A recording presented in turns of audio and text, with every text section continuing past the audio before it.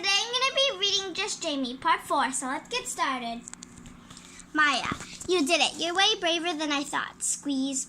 My horrible feelings wash away. I've never really been brave at anything. Brave at volleyball, thunk. Brave at fashion. Brave at everything. Yeah, this was absolutely the right thing to do. I'm totally craving lunch. Let's go. Suddenly, my stomach feels like it's turning inside out. I'll catch up. I need to use the restroom. Mine! My mom packed me a cranberry brand bar.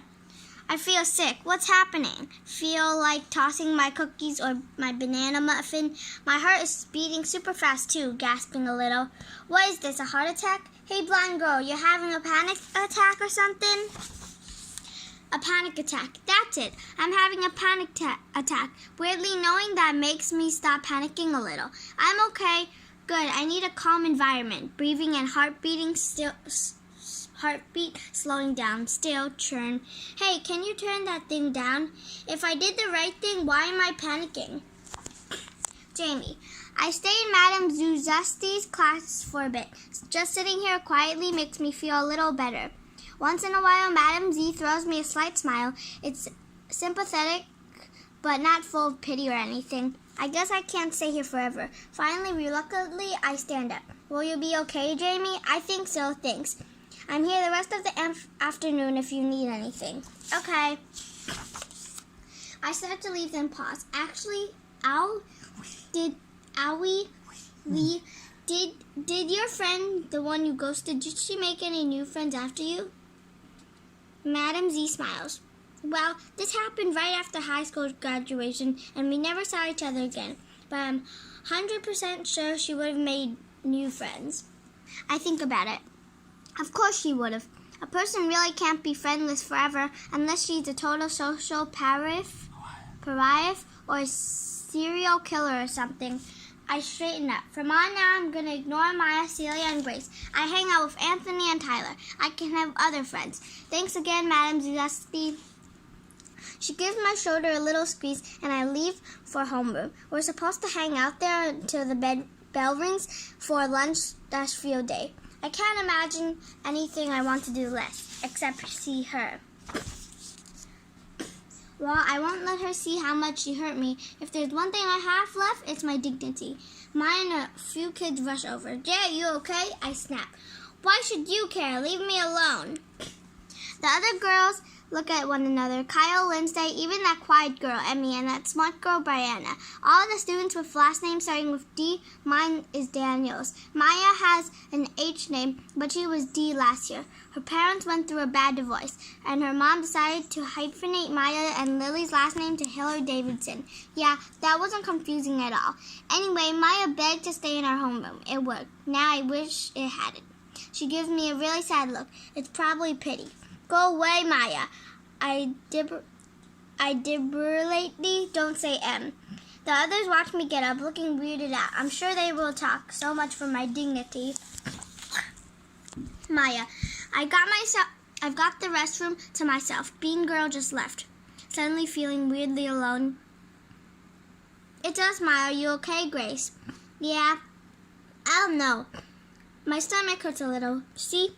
You think maybe I should have done it in person? Definitely not. She would have swayed you better to TNR. TNR? Text and run. Like ghosting, but nicer. So she's not left wondering, see? You totally did her a favor. Oh. Anyway, meet you outside. We'll get you a hot dog. Or maybe just a ginger ale. Gurgle. After a while, I get up and walk to homeroom. More hopeful. C is right. I did Jaime a favor. I even feel better. Scritch, scritch. Before I can think, the words tumble out of my mouth. Jay, you okay? Why should you care? Leave me alone. My stomach starts to hurt again. Starting over may be trickier than I thought. Jaime. The lunch bell rings as I get to my feet. I'm a little shaky, and I don't think it's just from falling. Mr. Ryan asks if I need to see the nurse. Tempting. I could pretend I got a concussion or something and lie on a cot the rest of the afternoon. But since 20 kids saw me land on my stomach, she might have questions. That's not a usual place for a concussion. Once Maya sees I'm okay, she dashes out of the room like there's a rocket pack on her back. Now I'm just humiliated. I take a deep, shaky breath and count to 8. Better. Okay, I need to stay tough, ignoring looks. I head to the field behind the school for our cookout. I remind myself that there are only a few hours left and things really couldn't get any worse. No, obviously foreshadowing. Wrong. I start to panic. Anthony is nowhere to be seen. Neither is Tyler.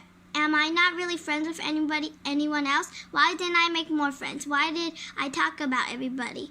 Why did I assume my group was going to stick with me through thick, thin, and medium? Whap, whap, whap.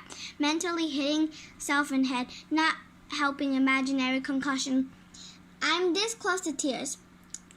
I can't eat lunch alone. I just can't. I'll be as known as a loser forever. Me as old lady. Okay. Deep breath again. Whoosh. Can you overdose in oxygen? Hey, I'm so startled I almost fall into the bleachers. It's Anthony. He's standing there with a hot dog in one hand and a water bottle in another. I'm so relieved. I want to hug him. I don't though. He might confuse my relief with this insanity. You okay? Everybody's been talking about you and Maya getting in a fight. Great, now I'm school-wide entertainment. Anthony starts to spit and stops. He spits in his water and said, We're not really fighting. We're just not talking. Toxic Celia poisoned her. Why? Well, 'cause I wish I knew. It's just because I'm not mature and we don't have anything in common. I don't buy it. I feel my cheeks get hot. I don't know. I guess I'm no longer cool enough for her or something. Anthony looks genuinely surprised. Huh? You're one of the coolest people I know. That's the nicest thing anyone said to me, like in months. All I've heard lately is what's wrong with me. Anthony's word makes me feel like an old cheerful self, just for a minute. Back at ya. We smile at each other. For a split second, I feel something almost like tingles. I had a crush on Anthony in the beginning of 6th grade. Once we became friends, though, I kind of let it go. He liked Nikki, and then dreamy Zach Fino asked me out.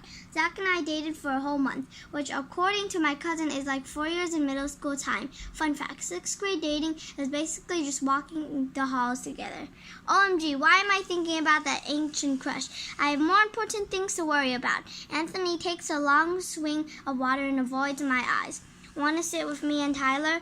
Yeah, I'd like that. I quickly grab a hot dog and water. We head farther down the bleachers where I see Tyler sitting with Emmy, Zara, and Brianna. I don't know the girls too well. I guess Maya and I were always too busy talking among ourselves to notice them much. I did only twice. One, when Emmy wrote a crazy love letter to Tyler, which turned out to be a joke, and the whole school found out about it. And 2, when Brianna performed in the talent show. Up until then, I rarely even saw her outside the library. Okay, maybe I talked about that note thing at the time, but heck, the whole school did. Humiliation. OMG. Psst, psst. Oh yeah, and when we found out Brianna's mom forced her to be in the talent show, there may have been some stuff said about that, but nothing terrible. Rehearsal. Wanna bet a tasty cone she'll choke during the show? I feel a little guilty, but I shake it off. Past history. The girls throw me curious looks, not hostile, just surprised. I suddenly feel like, what's that expression? A fish out of water. Sarah clears her throat. Hi. That jolts Anthony into action. You guys don't mind if Jaime eats lunch with us, do you? Sarah and Emmy shake their heads and smile. I smile back and sit down. Brianna isn't smiling, but asks politely, You okay? We saw what happened in homeroom. I stare at my uneaten hot dog. Yeah, I'm just having some friend issues. They give me uncomfortable looks, like they want to ask questions, but aren't sure if that's being too nosy. I feel my eyes water, and I try to blink back the tears. Not now. I don't want to cry in front of this group. That would make an awkward situation even awkwarder. Well, you can hang out with us if you want. I mean, I know we're not the same kind of crowd or anything. That's a good thing, trust me. That kind of breaks up the weirdness. The girl laughs a little. Anthony says loudly, almost making me drop my hot dog, he has got to stop that. Come on, guys, let's just eat. We eat, and for once I don't say much, just listen. Sarah, Tyler, and Emmy slowly start to talk about the school art show, which was just in the atrium. I knew Emmy is a really good artist. I've seen her stuff. I get surprised about Tyler, who's also pretty good. He really gets excited when he talks about our winter Zenticle project. Oh, I hated that. Yeah, who knew? Miss Lowry hung it up right in front like, whoa, alien. Celia's joke about Tyler's new friendship with this bunch, but watching him, he looks pretty comfortable. In fact, I think he looks more at home with this group than the basketball team. Of course, Tyler could care less about what anyone thinks and would probably be fine being on a desert island by himself. Zenticles. Strangely, I'm relaxing just a little. I can tell that they think my being there is super weird, but they change the subject to favorite and not so favorite teachers and try to include me in the conversation. I still don't feel like saying much. My mind keeps going back to the text. We had a meeting. That makes me want to cry again, but I try and hold it together. I start to wonder against my will where Maya and the others are. Just as I wonder, I look up and they are sitting on our ledge, eating lunch, and look straight at me. Maya. I try to stuff my feelings down, but seeing Jaime alone in the middle of the lunch crowd gives me all the feels. Oh, look, she was rescued. Giggle, guilt cloud. OMG, look who they're sitting with. Not my kind of crowd, but it totally suits her. It's like the island of misfit toys. That was a little mean. I guess she catches herself cause she turns to me. JK, she'll be okay. See, she already made friends. I'm sure Jay's miserable, but she does look more relaxed sitting with them. I try to relax too. So next year, do you guys want to do theme days like we talked about? I vote Monday for Sporty Day. We can wear joggers. I get it. Gotta admit though, I don't get it. What does he see in her anyway? Who? Anthony, who else? I thought he had a better taste. Then again, he was with Nikki Lord, so maybe he keeps the bar low. Could be the heat, but I'm annoyed by Celia's comments. I have a weird sun thought. She isn't jealous, is she? Yawn. Hey, C, smooch. Dude, did you see that? I'm bored. Let's go do hula hoops. Yes! We head over. There are already a bunch of kids and not even enough hula hoops. That's okay. I'll go play volleyball. Meet you after? Please, we don't know that's what you'd rather do. Giggle. Total excuse. It's true, but I just shrug and run toward the net. Big mistake. Gulp, cheeks on fire. Awkward doesn't begin to describe it. Coach Durdo divides us into two groups. Team A here, not very original. Team B here, making sure we're on separate teams. Tweep. We start. Jamie's one of the best players, so they let her serve. Foomp. Somehow I bump into my teammate, who spikes it over the net. Jay hurdles herself in front of another girl and does something I've only seen happen by an 8th grade co-captain. Whoosh, foomp. A dive, a roll, it's flippin' spectacular. Even Jaime is stunned. She doesn't get up for a moment. Ahem. Now if you could do that in a real game, Jaime, that'd be something. Fook. Jaime hogs the ball on her side and tries to dissipate me with it. Scream, ack. Okay, now I'm mad. That's total spite. Sometimes something fires up in me too, and I keep digging or spiking it right back. Finally, Coach Sturtle blows her whistle and calls the game. Okay, people, final score, 10-2. 10-7. Good game. Now switch activities. Mr. Ballman is setting up hockey sack on the north end. Hey, we're done. Let's do potato sack races. Fine with me. I'm speeding mad at Jaime for trying to knock my head off. But although I'm mad, I turn to find her out of habit. Anger mounting. I suddenly think about how we've been inseparable since kindergarten. Haven't stopped talking since we were 6 till now. Getting impatient. Come on, Em. You'll be my partner. I sure hope this is worth it. So I'm gonna stop here. I hope you enjoyed my video. Bye!